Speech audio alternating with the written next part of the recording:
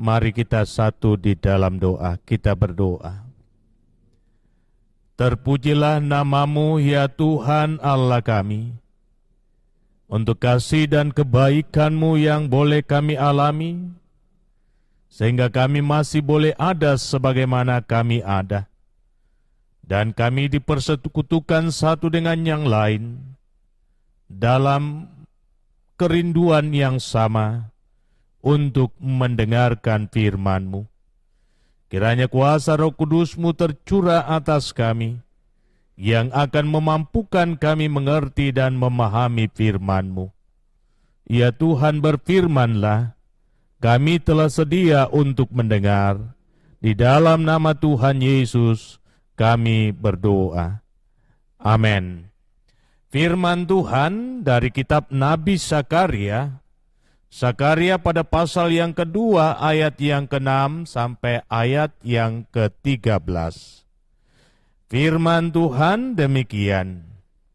Ayo, larilah dari tanah utara, demikian firman Tuhan. Sebab ke arah 4 mata angin aku telah menyerahkan kamu, demikian firman Tuhan. Ayo, luputkanlah dirimu ke Sion, hai penduduk Babel. Sebab beginilah firman Tuhan semesta alam, yang dalam kemuliaannya telah mengutus aku mengenai bangsa-bangsa yang telah menjara kamu. Sebab siapa yang menjama kamu, berarti menjama biji matanya. Sesungguhnya, aku akan menggerakkan tanganku terhadap mereka, dan mereka akan menjadi jarahan bagi orang-orang yang tadinya takluk kepada mereka.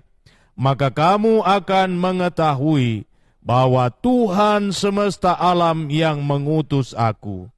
Bersorak-soraklah dan bersukacirialah, hai putri Sion, sebab sesungguhnya aku datang dan diam di tengah-tengahmu, demikian firman Tuhan. Dan banyak bangsa akan menggabungkan diri kepada Tuhan pada waktu itu, dan akan menjadi umatku, dan aku akan diam di tengah-tengahmu. Maka engkau akan mengetahui bahwa Tuhan semesta alam yang mengutus aku kepadamu, dan Tuhan akan mengambil Yehuda sebagai miliknya di tanah yang kudus, dan ia akan memilih Yerusalem pula. Berdiam dirilah, hai segala makhluk, di hadapan Tuhan, sebab ia telah bangkit dari tempat kediamannya yang kudus. Demikian sabda Tuhan. Haleluya. Amin. Mari kita perhatikan ayat yang ke-8 bagian B. Sebab siapa yang menjama kamu, berarti menjama biji matanya. Tema renungan kita, hidupmu seperti biji mata Tuhan.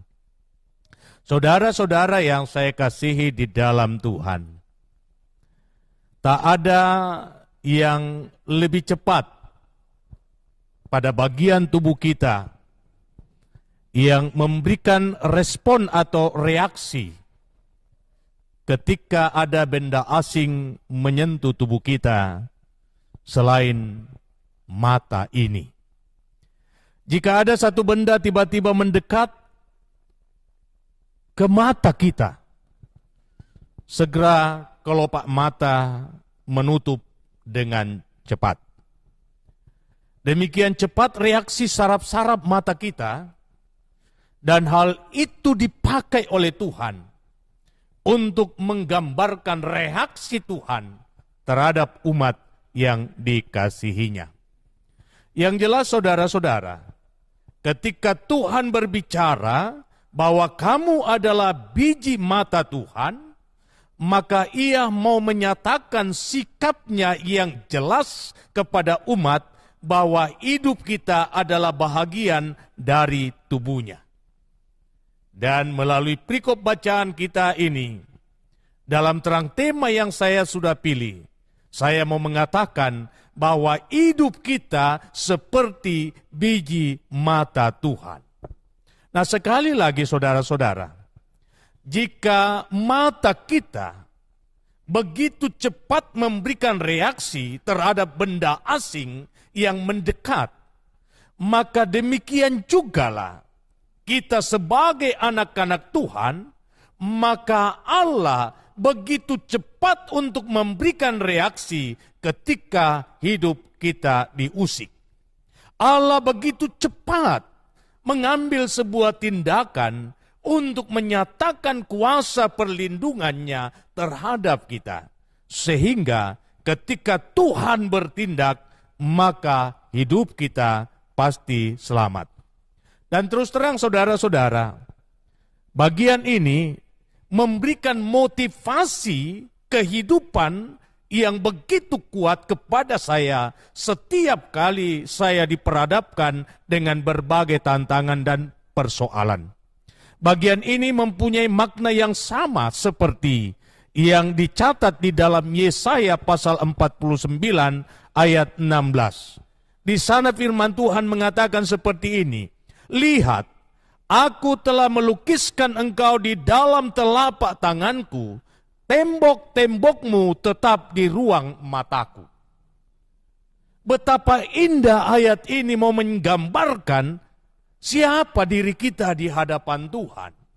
Sampai ia mau melukiskan wajah kita di dalam telapak tangannya. Tuhan menjara dirinya sendiri. Tuhan mentato dirinya sendiri dengan wajah kita. Ini mau membuktikan bahwa ia sangat serius dengan kehidupan kita. Ia mau supaya hidup kita ini adalah menjadi bahagian dari tubuhnya. Sehingga dikatakan, tembok-tembokmu tetap di ruang mataku.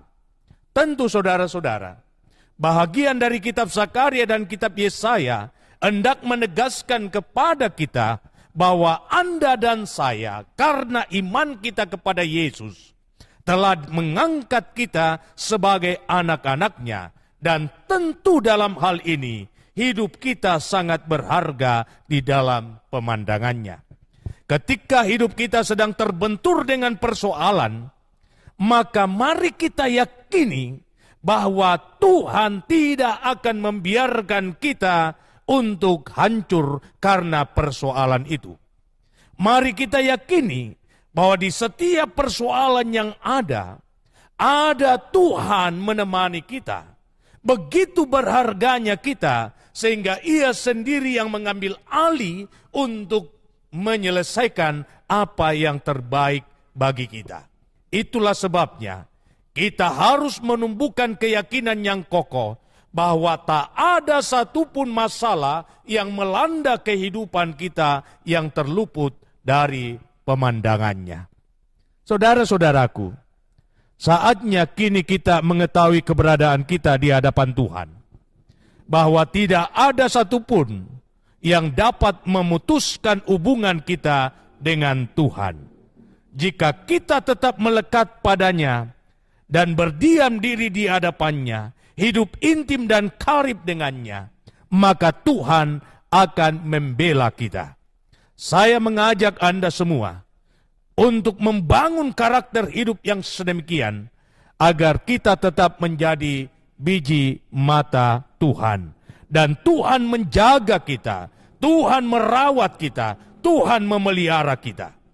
Jika Anda tetap intim dengan Tuhan, maka Anda akan diteguhkan dengan firman ini, sebagaimana yang tercatat dalam Mazmur 91 ayat yang ke-14 hingga ayat yang ke-16.